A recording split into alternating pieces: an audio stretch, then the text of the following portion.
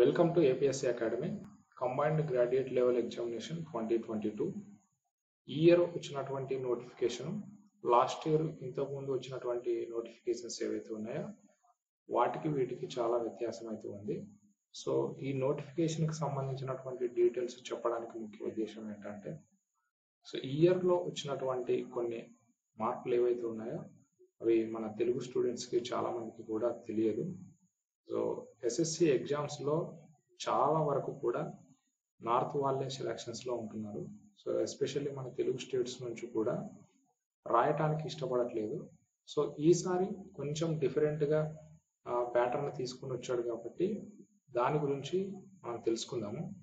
So combined graduate level examination 2022 notification కి సంబంధించి online application date వచ్చేసి 17/09 అంటే నిన్నటి నుంచే స్టార్ట్ అయింది. 8th October last. సో ఈ లోపల క్యాస్ట్ సర్టిఫికేట్ కి సంబంధించి లేదంటే అకాడమిక్ సర్టిఫికేట్స్ ఏవైనా ప్రాబ్లంలో ఉంటే వాటిని కూడా మీరు వీలైనంత త్వరగా కంప్లీట్ చేసుకొని అప్లై చేసుకోండి. ఇంకా డీటెయిల్స్ కి సంబంధించి వెళ్తే మనం ఇవన్నీ కూడా పోస్టులకు సంబంధించినటువంటి డీటెయిల్స్, వాటి ఏజ్, వాటికి సంబంధించినటువంటి గ్రూప్స్. సో ఇదంతా మనకు అవసరం లేదు.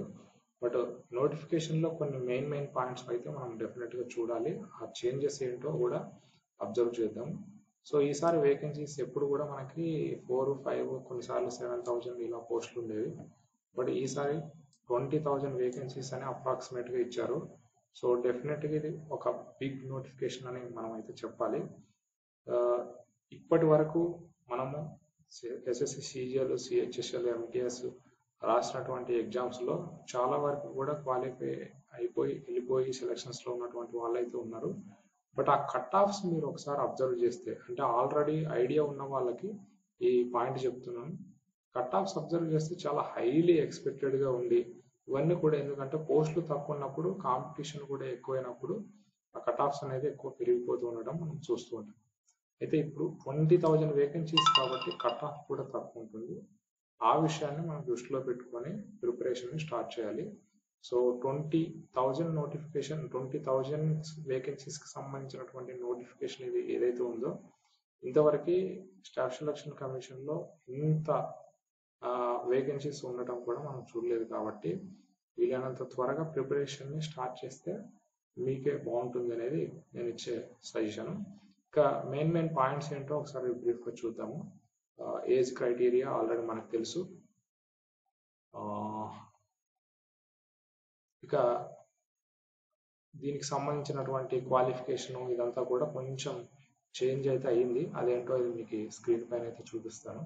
సో ఎస్పెషల్లీ ఎడ్యుకేషన్ క్వాలిఫికేషన్ కి సంబంధించి అయితే మనకి ఇంతకుముందు డెఫినెట్ గా ఎసెన్షియల్ క్వాలిఫికేషన్ లోనే ఇదంతా కూడా సబ్జెక్టు పెట్టేవాడు నోటిఫికేషన్ లో. బట్ ఇక్కడ ఒకసారి మీరు అబ్జర్వ్ చేయండి, డిజైరబుల్ క్వాలిఫికేషన్ అని ఉంది. ఎసెన్షియల్ కి డిజైరబుల్ కి డిఫరెన్స్ ఉంది. సో ఎసెన్షియల్ అంటే కంపల్సరీగా ఉండాల్సింది, డిజైరబుల్ అంటే ఉండొచ్చు, ఆ టైంకి ఉంటే బెటర్ అని. సో మనకు అది లేకపోయినా ఈ పోస్ట్ కి అయితే మనం ఎలిజిబులే. లాస్ట్ నోటిఫికేషన్ ని ఈ నోటిఫికేషన్ ఒకసారి కంపేర్ చేసి చూడండి, మీకు అర్థమవుతుంది. తర్వాత జూనియర్ స్టాటిస్టికల్ ఆఫీసర్ కి సంబంధించి కూడా లాస్ట్ టైము ప్రతి సెమిస్టర్ లో కూడా స్టాటిస్టిక్స్ అనేది ఒక సబ్జెక్ట్ ఉండాలనే కండిషన్ అయితే ఇచ్చాడు. సో దానివల్ల చాలా మంది కూడా లాస్ అయిపోయారు. ఇక్కడ ఇయర్ మాత్రం 60% marks in mathematics at 12th standard level అన్నాడు, or bachelors degree in any subject with statistics as one of the subjects at degree level అన్నాడు. సో ఇది ఒకసారి మీరు అబ్జర్వ్ చేయండి. ఆల్ పోస్టులకు కూడా ఎలిజిబుల్ అయిపోతారు ఈ ఇయర్ వచ్చినటువంటి నోటిఫికేషన్ ప్రకారంగా.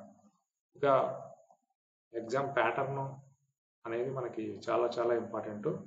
సో ఒకసారి దాన్ని చూద్దాము. దానికోసమే ప్రధాన ఉద్దేశం ఈ వీడియో చేయడానికి. ఒకసారి మనం టైర్ 1 కి సంబంధించినటువంటి ప్యాటర్న్ చూస్తే లాస్ట్ ఇయర్ ఎలాగో ఉందో మనకి ఇయర్ అంటే లాస్ట్ 2021 నోటిఫికేషన్ ఏ విధంగా అయితే ఉందో ఇయర్ ఇప్పుడు వచ్చినటువంటి నోటిఫికేషన్ కూడా సేమ్ అదే ప్యాటర్న్. సో టైర్ 1 లో ప్రాబ్లం లేదు. బట్ టైర్ 1 లో వచ్చినటువంటి మార్క్స్ ని tier 1 plus tier 2 plus tier 3 ఈ మూడు కూడా యాడ్ చేసి మనకి మెరిట్ అయితే ఉండేది. బట్ ఇప్పుడు ఓన్లీ క్వాలిఫైయింగ్ నేచర్, అంటే దీంట్లో మనం క్వాలిఫై అయిపోతే టైర్ 2 అనేది మార్క్స్ కన్సిడర్ చేయరు. సో అది ఒకటి దృష్టిలో పెట్టుకోండి. ఇదంతా కూడా సేమ్ ప్రొసీజర్, పెద్ద మనకి ప్రాబ్లం ఏదైతే ఉండదు. ఇంకా టైప్ 2కి సంబంధించినటువంటి విషయాన్ని మనం ఇక్కడ చూసుకోవాలి. సో ఇది వెరీ వెరీ ఇంపార్టెంట్ మనకి. టైప్ 2లో జనరల్గా మనకి సీజీఎల్ రాసినటువంటి వాళ్ళందరికీ కూడా తెలుసు, ఓన్లీ ఇంగ్లీష్ అండ్ మ్యాథమెటిక్స్, అంటే English and maths. So reasoning కూడా లేదు. దీని నుంచి దాదాపు 400 మార్క్స్ మనకి ఉండేది జనరల్గా. ఇది మనకు తెలుసు ఈ పాయింట్. అయితే ఈ ఇయర్ వచ్చినటువంటి నోటిఫికేషన్లో చేంజెస్ ఏంటి అనేది మీరు గమనించండి. సో పేపర్ 1కి సంబంధించింది ఎవరైతే ఉన్నారో దాంట్లో సెక్షన్ 1లో మనకి mathematical abilities, so 30 questions and 3 marks. So 30 into 3 90, and reasoning 30 questions 30 into 3 90, 180 marks టోటల్గా. అంటే ఇంటూ 3 మార్క్స్ అనేది ఇక్కడ ఇవ్వటం జరిగింది. అది సెక్షన్ 1లో. పేపర్ 1 సెక్షన్ 1లో mathematical abilities and reasoning, section 2లో English and general awareness, English language and comprehension, general awareness. So ఇక్కడ జిఏ ఏదైతే ఉందో ఇది మనకి డెఫినెట్గా చాలా మందికి ఇది యూజ్ అయ్యే అవకాశం ఉంటుంది. ఎందుకు ఈ పాయింట్ చెప్తున్నానంటే, స్టేట్ గవర్నమెంట్ ఎగ్జామ్స్కి కానీ లేదంటే మిగతా ఎగ్జామ్స్ ప్రిపేర్ అవుతున్నటువంటి వాళ్ళు జిఏ పైన కొంత అవగాహన ఉంటుంది. సో ఇది దీనిపైన పట్టున్నటువంటి వాళ్ళకి ఇది ప్లస్ అయ్యే అవకాశం ఉంటుంది. సో ఇంగ్లీషు మన ఆల్రెడీ సౌత్ ఇండియన్స్ కూడా ఆల్మోస్ట్ సేమ్, ప్రాబ్లం అయితే లేదు. ఇక సెక్షన్ 3లో computer knowledge module. So computer knowledge మాడ్యూల్కి సంబంధించినటువంటి questions 20 into 3 60. So total 60 marks. ఇక్కడ అవుట్ ఆఫ్ మనం ఇక్కడ చూసుకుంటే 180 + 210 390 + 60. సో టోటల్గా మనకి 450 మార్క్స్కి ఉంటుంది అనేది ఇక్కడ గుర్తుపెట్టుకోవాలి. సెక్షన్ 3లో ఇంకొక పాయింట్ కూడా ఉంది, అదేంటంటే data entry speed test module, 1 data entry task. ఇది ఓన్లీ టైపింగ్కి సంబంధించినటువంటి క్వాలిఫైయింగ్ నేచరు. దీనికి సంబంధించింది కూడా మనం సపరేట్గా అయితే మాట్లాడుకుందాం. బట్ ఇక్కడ చూసినటువంటి టైప్ 2లో మనకి పేపర్ 1కి సంబంధించి సో సెక్షన్ 1, సెక్షన్ 2, సెక్షన్ 3 ఇవన్నీ కూడా టోటల్గా 450 మార్క్స్కి అయితే ఉండబోతున్నాయి. డెఫినెట్గా మనం మంచి మార్క్స్ తీసుకొని రావడానికి అవకాశం మ్యాథమెటిక్స్, రీజనింగ్ అండ్ ఇక్కడ జిఏ. సో వీటిలో ఈజీగా మంచి మార్క్స్ అయితే తెచ్చుకోవడానికి అవకాశం ఉంది. అది డెఫినెట్గా మనమైతే ఇప్పటి నుంచే మొదలు పెడితే మంచి మార్క్స్ ఈజీగా వస్తాయి, ప్రాబ్లం అయితే ఉండదు. ఈజీగా పోస్ట్ వచ్చే అవకాశం కూడా ఉంటుంది, 20,000 వేకెన్సీస్ కాబట్టి. ఇక యాజ్ యూజువల్గా statistics same procedure, 100 questions and general studies, finance and economics.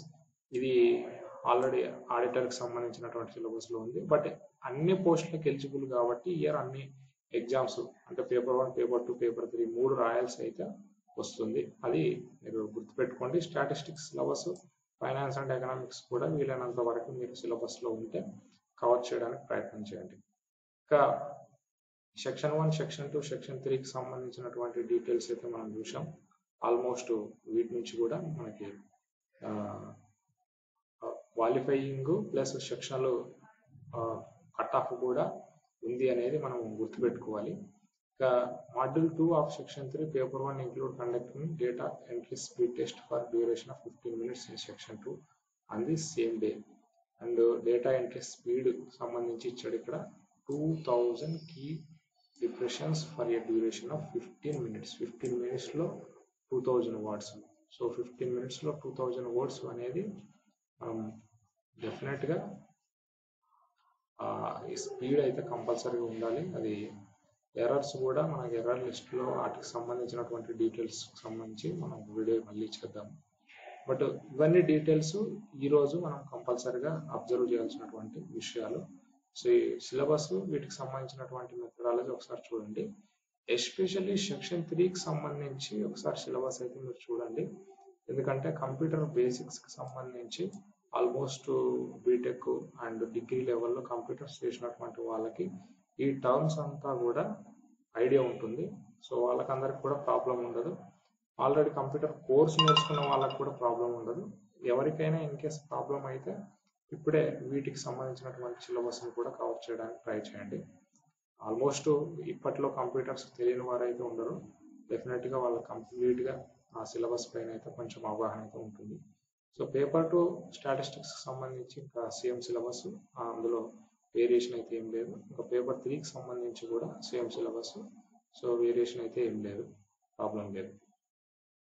ఇంకా వీటికి సంబంధించి మీకు ఏమైనా డౌట్స్ ఉంటే, సో ఇంకొక మెయిన్ ముఖ్యమైనటువంటి పాయింట్ ఏంటంటే, సో క్యాస్ట్ సర్టిఫికేట్ ఏదైతే ఉందో ఈ ఇయర్ మీరు చేయించుకోకపోతే, ఇప్పటి వరకు ఇంకా లేకపోతే డెఫినెట్గా మీరు ఈ ఇయర్ అయితే క్యాస్ట్ సర్టిఫికేట్ చేయించుకోండి.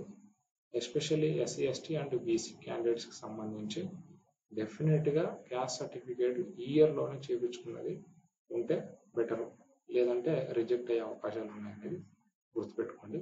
మీకు ఏ డౌట్స్ ఉన్నా కూడా కామెంట్ సెక్షన్లో కామెంట్ అయితే చేయండి, నేను రిప్లై ఇవ్వడానికి ట్రై చేస్తాను. Thank you.